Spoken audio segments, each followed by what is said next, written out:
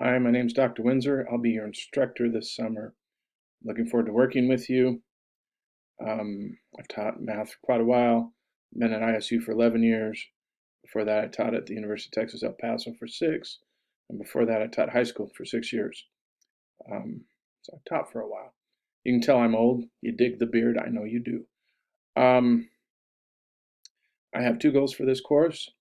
First goal is to help you see that you can do math. Just like any sport, mathematics requires work and practice. If you'll do those things, you can do math. The second goal I have for this course is that you will see that math is useful. It's not just another thing to do and be done with and never have to do again. I'm here to help you.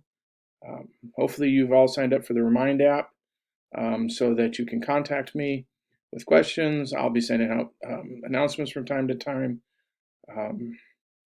Looking forward to a great summer. I'll be in contact. Thank you for taking my class this summer and allowing me to work with you and help you do better at math. Have a great day.